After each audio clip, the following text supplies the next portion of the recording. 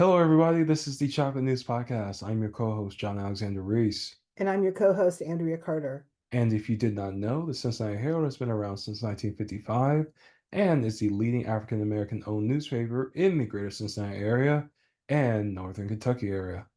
How's it going, Andrea? It's going great, John. It's not raining. Thank goodness. That is the best news right now. I mean, fall has not really reared its ugly head yet, but it's coming. I know it's coming. Then I'll have to start converting my closet, but I'm not there yet. But overall, it's been a great week, but a lot has happened. Oh my God, I don't know where to begin. Well, we'll start somewhere. So, what's the chocolate news of the week? Okay, chocolate news of the week. I'm going to start off. We have had very quickly in a row, we've had a few deaths. The first one was Chris Christopherson, the singer. Um, he was he was rock and roll country music-esque type of singer. He was nitty gritty. He was also became somewhat of a good actor. His big role was in A Star is Born with Barbra Streisand. I can admit that I went with my mother to the theater and saw A Star is Born on the screen. I can admit that I'm a huge Barbra Streisand fan. I went more for Barbra Streisand than Chris Christopherson. But it was actually that album. Yes, I can say album. That album, that whole music for A Star is Born, is pretty good. And then when they did the remake with Lady Gaga, she gave it the general storyline, but she gave it flair as well. Barbara, basically, it's interesting. A Star is Born back in, I think it was in the 80s. I Back in think the, I was think it, it was like 19, it was in the late 70s, I believe. was it late 70s? Yeah. I remember it was bad hair, bad outfit, but good music. Um, Hmm. but I mean, Barbara Streisand at that time was huge. She was mega huge at that time. Lady Gaga, mega huge. She did A Star is Born. Back when the original A Star is Born was made, it was Judy Garland who was mega huge during her heyday. So I would just say, pull it out, pick which version you like, watch it, and you'll appreciate it. I prefer the one with Barbara Streisand, and then I prefer the one with Lady Gaga. I like them both. So, but I'm sad to hear Chris Christopherson who died. Then John Amos died. Everyone, I mean, depending upon when you've gotten to know John Amos, a lot of the baby boomers knew him as Good Times. Well, what is Good Times? What was his name? You know what? I hate it. James Evans Sr. Because Jimmy Walker played James Evans Jr. He was famous for Dynamite, which drove me nuts back in the I know 70s. might. Yes, which you now can see in reruns on some streaming content someplace. Oh yeah. Um, but he played James Emmett Jr. on Good Times. Then he was on he was he played Kuta Kinte in Roots, He which did.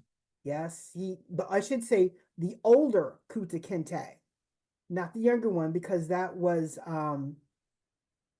was LeVar Burton, was it wasn't it? LeVar Burton? Yes, it was Yeah. LeVar Burton. And I'll just say LeVar Burton looks better now than he did then. But anyway, he played Kuta Kinte. Um, Yeah.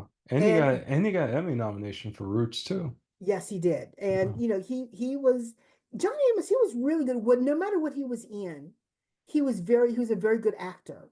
But you know what I really loved him on? West Wing. Yeah. When he played the chairman, Joint Chiefs of Staff, and he just oozed that military stature and that confidence. And when he had to tell Leo, you have to, set the president down. He's, we're gonna go through a lot of these. He's got to get with it, take care. It was good, and they tackled issues with him playing the Joint Chief. They even tackled racism in the military, and they did one scene. I remember I happened to be watching the reruns of West Wing, so I can quote this. They did a scene where they were talking about gays in the military, and the Joint Chief came in. John Amos' character came in, and asked them what they were talking about in the scene. And basically it was gay people in the military will disrupt the unit. Well, John Amos, his character said, well, you know what? As a black man, they said I would disrupt the unit. And guess what? It did. We survived. We've moved on, and I'm now the Joint Chiefs Chairman. Case in point, get over it, get used to it. Let's move on because it's about the military and keeping the country safe, not about who's gay or straight. So it was, that was one of the better scenes I loved with John Amos. So I'm so sad to hear him go. But the legend, it's kind of sad he didn't go out big, but he's known well. Pete Rose. Yeah. Pete Rose died this week. Um, there was they just revealed that he died of natural causes. He did have a heart condition. Um, he did have some medical issues, but he wasn't under a doctor's care or anything, but he did live down in Florida. And it's kind of sad. He was 83. I remember when he was with the Big Red Machine, when he played. I remember when the Reds won the World Series and everyone gathered on Fountain Square to honor the Big Red Machine. And the crowd I remember the pictures, the crowd just covered the square and the street and everything. And he, he was known for his hitting style. He was great. He grew up in Sedamsville, and I believe there's a park named after him down there, or part of the park is named after him. And but unfortunately, he died of hypertension and heart disease, natural causes. So it's kind of sad. But the great Pete Rose, who he was a model for as a great baseball player, as a hitter. Um, it's unfortunate what happened, and he got kicked out of baseball. You don't want that to happen. But Mm-hmm. despite all that, I think his legend remained strong, and he will be forever looked at as one of the great baseball players of all time with the Cincinnati Reds. And anyone from Cincinnati has a strong love for the Big Red Machine. Um, we probably wish that the Big Red Machine was back today, but you know, we got to live with what we got. Yeah. But it's sad to hear about all these three gentlemen are gone. Um, but we wish their families well, pray for them, and hope for the best. Um, I do have a question though. Do you think they'll let him into the Baseball Hall of Fame, like, posthumously? no, No. no. I I I I would be surprised if they did. Then again, they might do it because he has died. They might do it now Yeah. posthumously, only because he didn't show remorse for what he did. I think he was remorseful because when they kicked him out of baseball and he couldn't get back in, that was his livelihood. Baseball was his thing. You know, he still spoke. He still did conventions. Everyone wanted to meet him, but he he was a tarnished legend. Played great baseball. He was a great baseball player. Love to watch him on television, but you can't do what he did. You can't bet on baseball. Can't. Yep. Um, and it's kind of sad when you do it because you don't want your heroes to be tarnished heroes, but he's a tarnished hero. But he remains a hero because he was a great baseball player. His talent, hard to none. But everyone is human, and he was weak, and unfortunately, he suffered because he could not do what he loved. But um, again, it's kind of sad, but we also Cincinnati also has to say goodbye to Reggie Harris. We talked about it last week when he accepted a position with the HUD, Department of HUD, and he'll be moving to DC. And this is his final week, I believe, to serve on city council. I don't know if a replacement has been named yet for him, but I do know they were paying tribute to him on Monday during the Budget and Finance Committee meeting, and I think his last city council meeting is this week. So we'll see who is picked to replace him. I know the phone calls are out there, rumors abound on who's going to be picked. There have been several phone calls, so we'll see what happens, um, and go from there. Right. Um, Speaking of politics, so did you watch the debate I didn't last? watch it, but I read about it, and it sounded like it was something. I never thought anyone could lie more than Donald Trump. Never did. Um, and you know what they're saying? Marketing is everything. And you know what? JD Vance is a slicked up, credentialed package for Donald Trump. He did his both JD Vance and Tim Walz, I will say this, did their jobs to promote their presidential candidates and what they stand for. JD Vance gave great responses, did not answer any of the questions, but he did rewrite history. He did try to claim that all what the Biden administration has done was under Kamala Harris administration. Claimed that why did she wants to do, this about gun violence, this about housing, this about Roe v. Wade. Why didn't she do it? She's vice president. She could have gotten it done. Well, everybody knows you don't usurp the president. You do what the president wants you to do. You're in the wings. You support the guy. Biden was the guy. And then he lied his head off. And I won't say what I want to say. And Tim Walz is not, we all heard that he's not a great debater. He's not, but he held his own. And for what JD Vance gave, Tim Walz was able to respond in kind. And there were several opportunities for a jugular moment for that. And there were two moments for the debate. One, when the question was about Roe v. Wade, and Tim Walz came off very, very well after what JD Vance said. And then at the end, the last question was on do you believe, that Donald Trump lost the 2020 election? And JD Vance refused to answer the question. He said, we're looking to the future. And even when Tim Walz called him out and said, oh my God, Donald Trump lost the campaign and you can't say it. And JD Vance responded saying, well, we're looking to the future. He never could say it. He never once said that. And Tim Walz said, that right there is the issue. That right there is the reason why you need to vote for Kamala Harris. Because if you can't admit that democracy upheld the process, then you should not be a leader of a democratic country. Now, JD Vance has been quoting a right-wing blogger who wants to decimate the government. He wants to help Donald Trump implement Project 2025 and all that type stuff.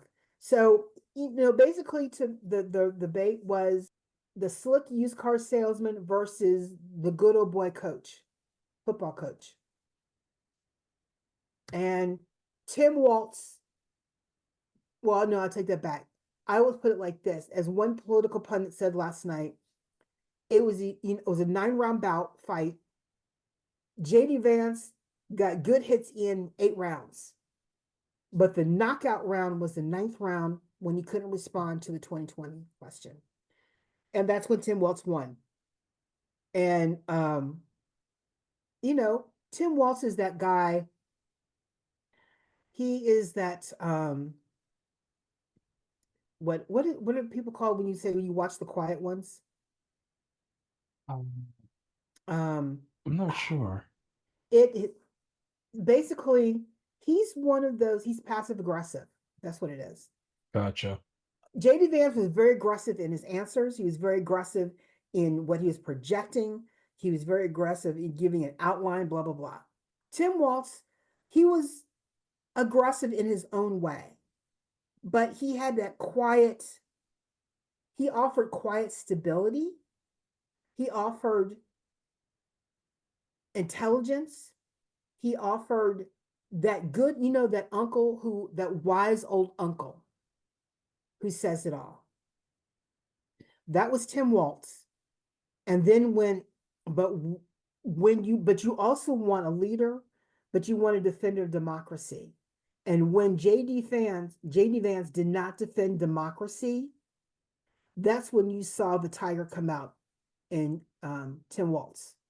Because at the end of the day, he stands for the Constitution, he stands for the people, and he stands for the country. And that came out, and that got him the most riled up. And that's the reason why he won the debate. And everyone will be able to see clips on TikTok, Instagram, Facebook, YouTube. There's going to be memes, short clips all over the place, everyone quoting whatever. But I've never seen anyone lie so much.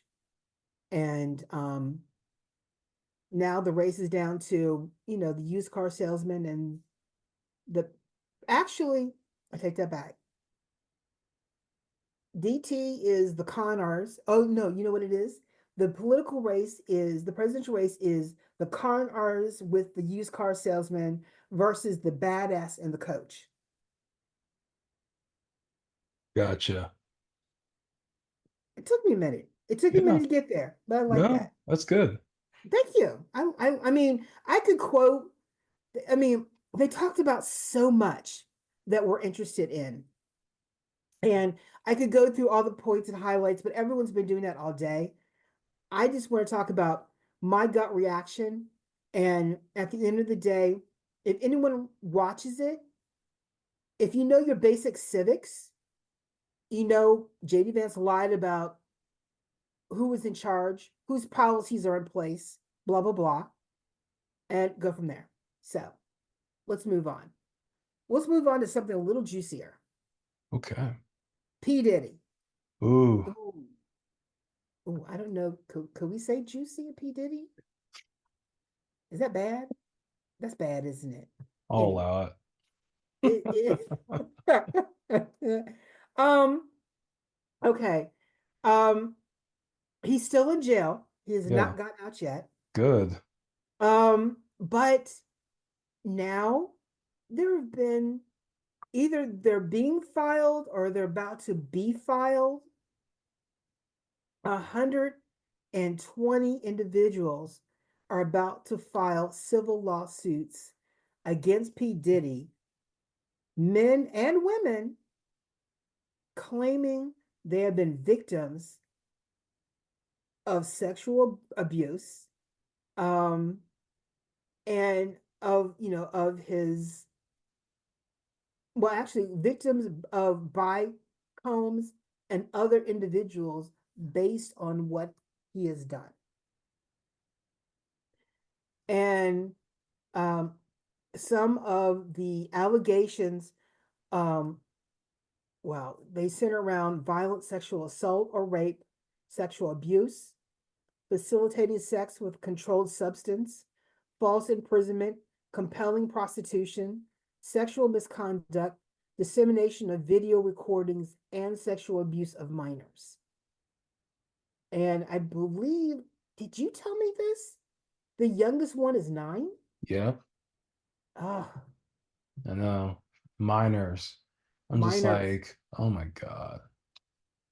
It's like Um, it's just at a certain point, it's just so sad that, and like I know like you have to laugh about it, but then when you hear about it, you just can't laugh again. It's just so sad that like, this is like an open secret going on, and it's just like no one stopped it.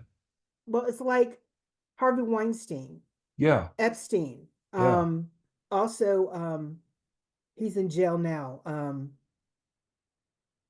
I believe I can fly. Who's saying that?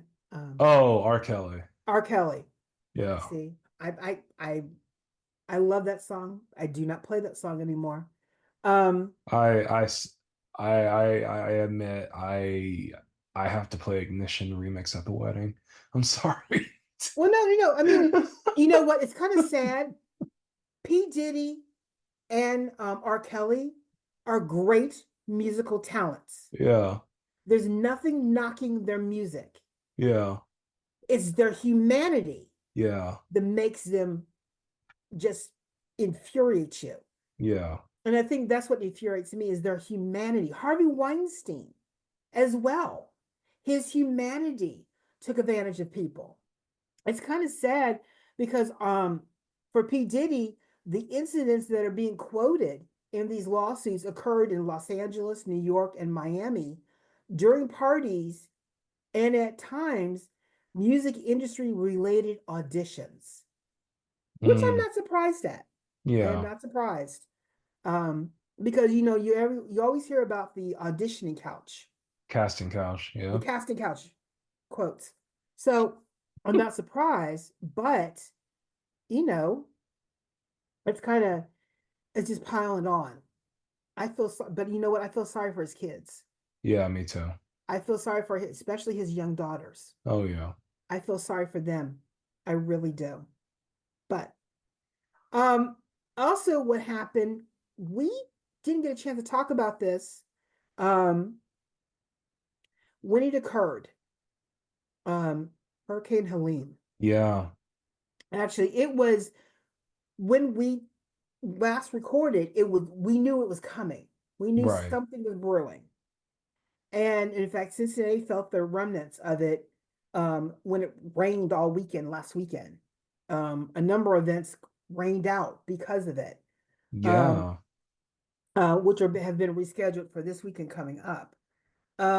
But Hurricane Helene affected more than 4 million homes and businesses. Um, right now, the number has gone up.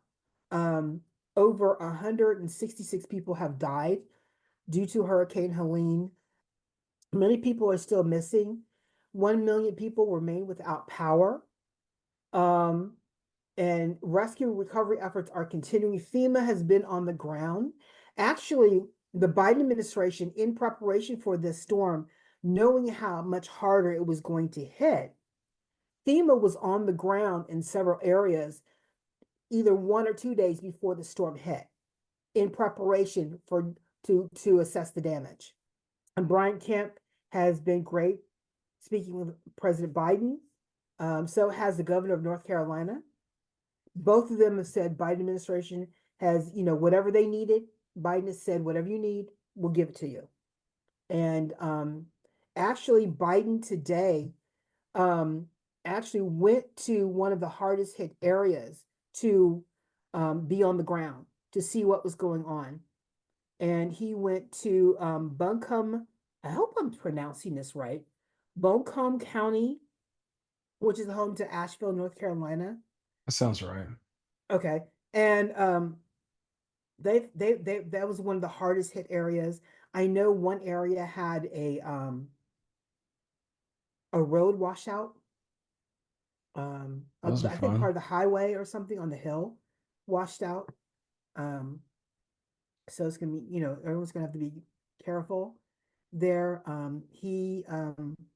He boarded a helicopter to have an aerial tour uh, of the um, of the area. And he activated 1,000 active duty troops to help with the recovery efforts. Good for him. Oh So yeah. so um, we'll just have to, you know, feel for these people. But there is another, excuse me, there is another hurricane on the, or let's just say another storm on the rise. So hurricane season is not over yet, but it will be over soon. So, um, two more things I'm gonna mention. An interesting thing that I was reading. The Forbes 400 list of the country's richest people came out. Oh, okay.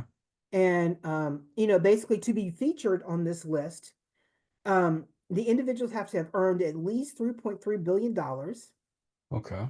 and it was, and that number is an increase over last year by $400 million.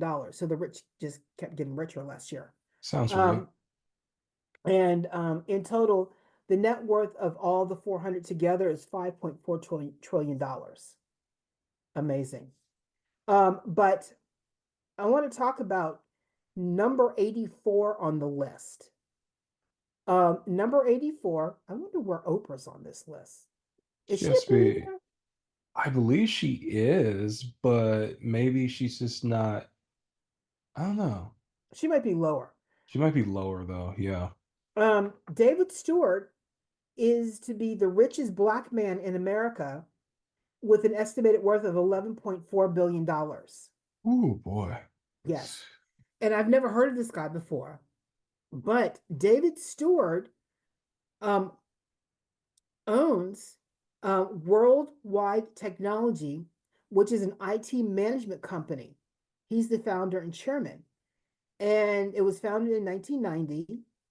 And today it has become a solution provider for over 80 Fortune 100 companies. And according to its website, and some of its partners include Cisco, NVIDIA, Verizon, and the federal government. Oh Their wow. expertise in AI, cloud, networking, cybersecurity, data analytics, automation, digital transformation, and more. And this guy is only in his 70s, and he started his company in 1990.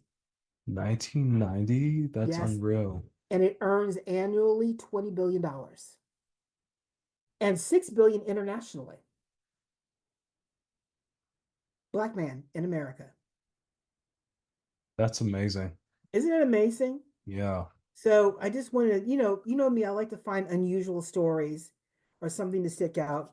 So congratulations to David Stewart on his number 84. And then last but not least, this is a new award. Is this the Cincinnati Herald that's doing? Yeah, it's the Cincy Power Awards. The Cincy Power Awards, the nominations are going to open up October 7th. Actually, is that Monday? That's That's yeah, Monday. that's Monday. Yeah. And basically, the Cincinnati Herald wants to celebrate excellence of Black-owned businesses in Greater Cincinnati, and so you can nominate your favorite Black business, and it doesn't have to be the ones that are known. It could be the ones that you know about, but nobody else knows about. Yeah. Um, and voting will begin. Nominate on October 7th. Voting begins November 18th. So look for the link to open up so you can nominate your favorite Black business. And Yep. good luck to everybody. And that is all the Black news. This is all the chocolate news for today. All right. Thank you, Andrea. And yeah, that's it for today's show. So I want to thank Andrea again for all the good chocolate news. Thanks, Andrea. You're welcome. Yeah, and you can find more information about today's topics and past podcast episodes at www.cincinnatiherald.com, the CES newsletter, or on our social media. We're on Facebook, Twitter, Pinterest, Instagram, LinkedIn, and Threads. And be sure to subscribe to our podcast on your favorite podcast app. You can listen to us on Apple, Spotify, or wherever you get your podcast from. And also, I'm getting married this Sunday. So, Yay! yeah. Congratulations, Johns. Congratulations. Thank you. Thank you so much. I'm sure I'm gonna have a grand old time. I just want this day to be over. It's stressful getting married. Well, I mean, I know you got to pick out what you're going to wear, where you're going to Yeah, hold it, what type of yeah, ceremony you're going to have, yeah, who you're going to involve. Don't offend the family. yeah, Um, exactly. are you going to do you have, like, are you going to have, does she have a lot of bridesmaids or not any bridesmaids or one or Well, we're trying to keep it as low key as possible. oh, So, yeah. But I oh, mean, like, you sound like what my cousin did. My cousin, she wanted a low key wedding. yeah, They didn't have a groom. I mean, no, they didn't have a best man or a maid of honor. She had on her favorite sundress, some sandals from Target. He had on his favorite sports coat, and it was in the backyard of her uncle's house down in Atlanta. And when the time came, he walked out, stood on the stage. She walked out. Did her father escort her? Her father did escort her down the makeshift aisle, stood on the stage, did the deed. That was it. It was a backyard barbecue wedding. Okay, maybe not that low key. Okay. But I'm just saying, but I'm just saying in terms of not much fuss, but it's about family and just saying what you want to say to her. Yeah. And I think that is the best thing, and I'm looking forward to seeing it. All So right. Well, thank you so much. you're welcome. Um, I'm John Alexander Reese, And I'm Andrea Carter. and have a good day.